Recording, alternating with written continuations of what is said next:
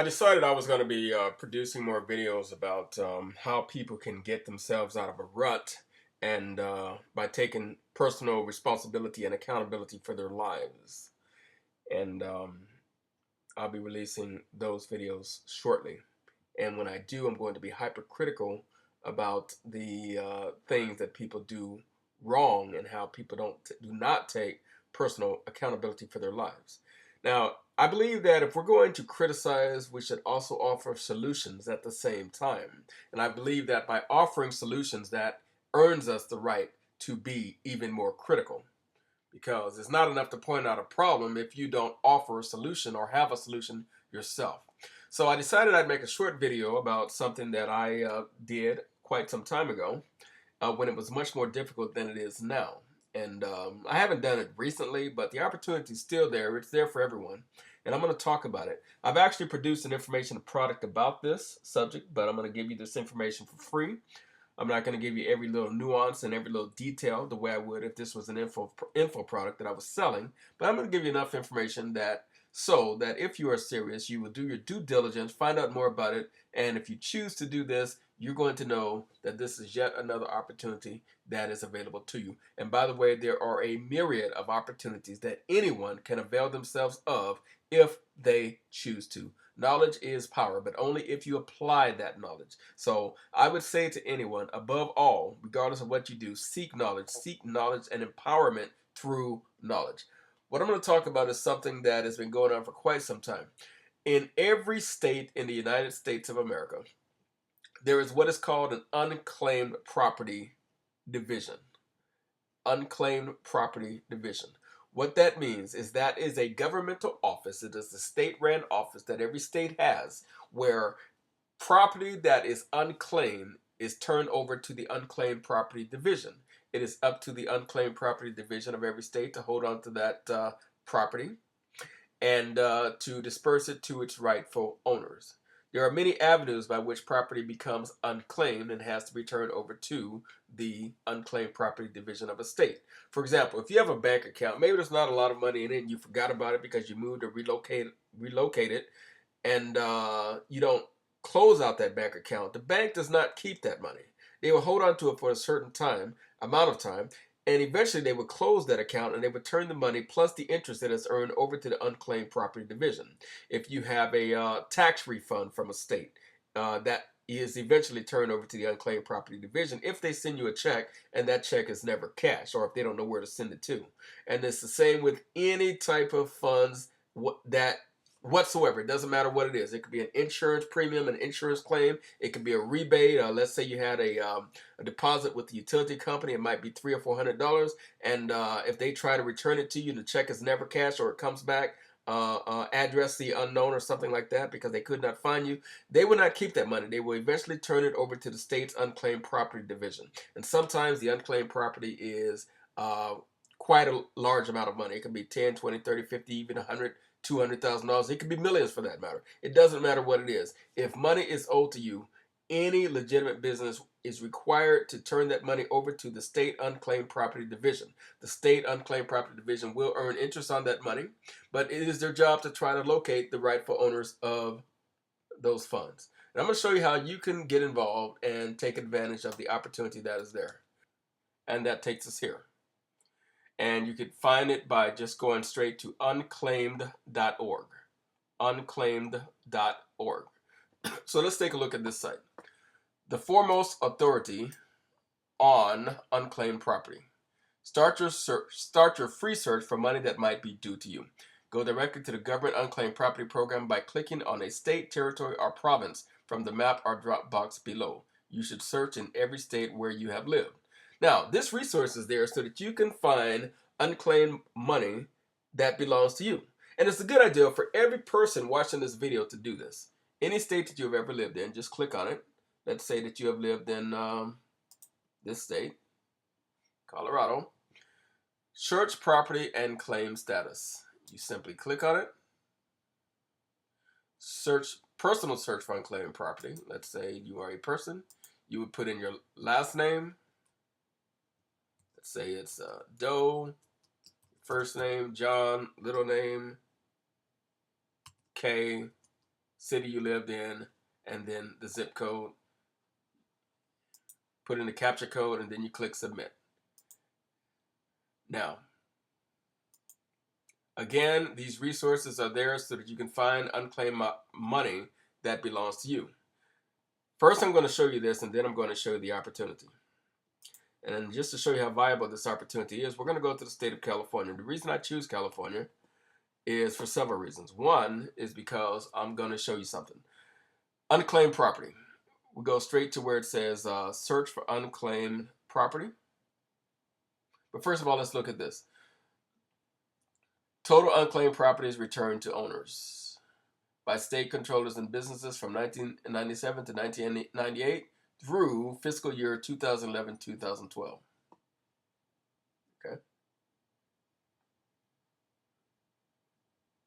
So obviously over the last few years between 2008 and 2012, and this is largely due to the internet, a lot more property is being returned to its rightful owners. Okay.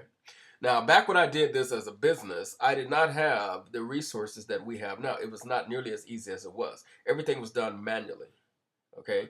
I actually had to get a list of unclaimed property, which I did under the Freedom of Information Act, manually in print form, and I actually had to use the white pages and yellow pages and everything I could to do my due diligence the hard way to locate these people so that I could return their money to them in exchange for a fee. And I'll get into that in a bit, but first I want to show you the opportunity. I typed in the word Michael Jackson, Los Angeles. Okay. Now, if you do this for yourself, you will find that there's a lot of people who are well known and famous who the state is holding unclaimed property for. And you can rest assured you will have enough clues to know with a certainty that this is the Michael Jackson. If you know enough about him, you will know for a fact that this is him. Look at the address, 1880 Century Park East, number 900, Suite 900. Aggregate mineral proceeds, Random House, reported by Random House, Inc. It's only $15.95. And a lot of times, let's go to another one. Century Park East. NBC Universal, Inc. Michael Jackson, $93. They are still holding that money to this day. September 24th of 2013, $93 of the state. I think the most that I saw through my random search was about Pacific Michael C. Jackson. That might not be the Michael Jackson. I don't know. I think the most I saw on this search was maybe $400. That's WB Studio Enterprises, $7.20.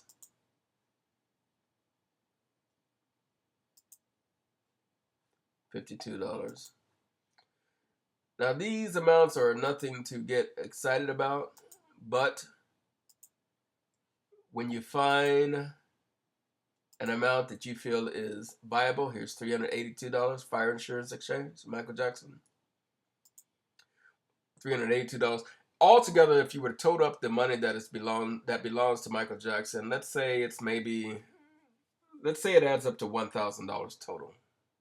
There's an opportunity for you to earn about a third of that, because that's typically what a lawyer would charge. And what you're doing is legal research, and you're doing your due diligence to locate the money and locate the people in exchange for a finder's fee. And there's a particular way that you go about claiming the finder's fee and helping and assisting the parties in getting the money. The most important thing is you never disclose to them where you found the money or what it is or what it's based upon. You simply let them know that you are a finder and you have located money that belongs to them, and if they will sign the contract that you sent to them, you will agree to assist them in securing the money in exchange for your finder's fee. And typical finder's fee might be 1/3 of whatever the amount might be. Now, when I first did this, one of the parties that was owed money was Lucille Ball. And I knew for a fact that it was the Lucille Ball because everyone in California pretty much knew where she lived. And it was I forget how much it was, but I think it was over $100,000. And that does happen. So let's put in also in California, Gary Coleman.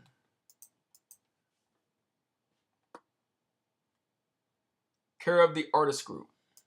Click on that one. $22.52. News Corporation. $46.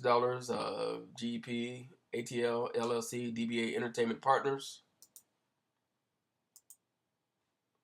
General Electric Company, that's 50 cents, whatever. You can keep it. And $1.10, you can keep that too. It's not deceased. Let me put in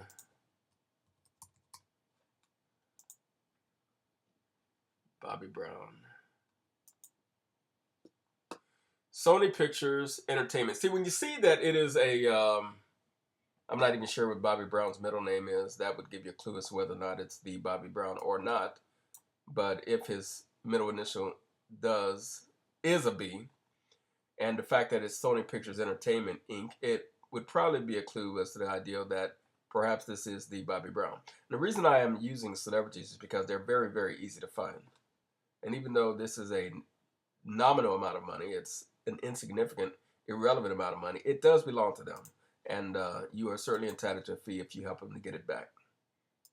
And they will pay you that fee, by the way, because all they have to do is sign on the dotted line and say, okay, whatever, you know, and you simply secure the money, which is very easy to do, and you do it for a third. Okay, so Bobby Brown Inc. Bobby Brown. Maybe that's him, maybe it's not, but there's a way to find that out too. That's $250.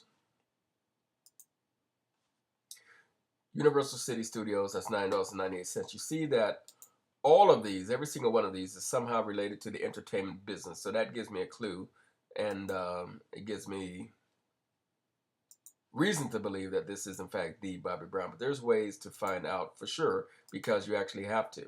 So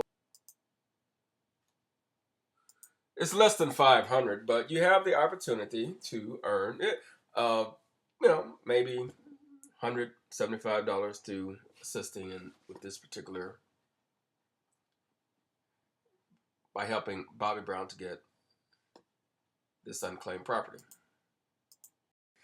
Okay, let's just say for the sake of argument that we find a grand total of $500 and our fee is, let's say, 1/3 of that or 33%. That's going to come to roughly around $150, a little bit more than that. Hello?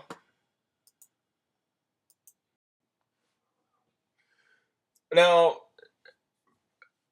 earning $150 is not a big deal, and for this particular research, which I did in front of you, if I were to follow up on it, which I could, I'm not going to, simply because I'm not going to. So if you want to do it, go for it. I'm not going to give you all the details and all the information that you need because, you know, most of what I know, I've paid my dues to know, either through trial and error, through making mistakes, and most often by studying and reading and purchasing information and material from people that have done something that I wanted to do. And I always find that knowledge is power, and the more knowledge and information we have, the more effective we will be, because otherwise we're going to pay for it either way. You're going to learn things the hard way. It's going to actually be a lot more expensive than investing money to get the knowledge you need to learn how to do something right from people that have already been there and done that. Okay, but the bottom line is, without going into all the details, you would simply locate and contact the person, whether they are alive or dead. And that's why it doesn't matter if the person is deceased, because they always will have an estate, and the estate has a legal claim to their property. And the estate is oftentimes going to be more interested in getting any and every dime and penny that belongs to that person than the person themselves might be. And because you're not disclosing in your initial contact exactly where or how the money was found or where it comes from, they are going to be more apt to basically sign on the dotted line, giving you the right to act on their behalf as an agent. You are acting as a representative and an agent on their behalf, and they will give you power of attorney to do that, to basically secure the money on their behalf or to assist them in doing it. There's various ways you could do it. You could either get paid up front or get paid after the fact.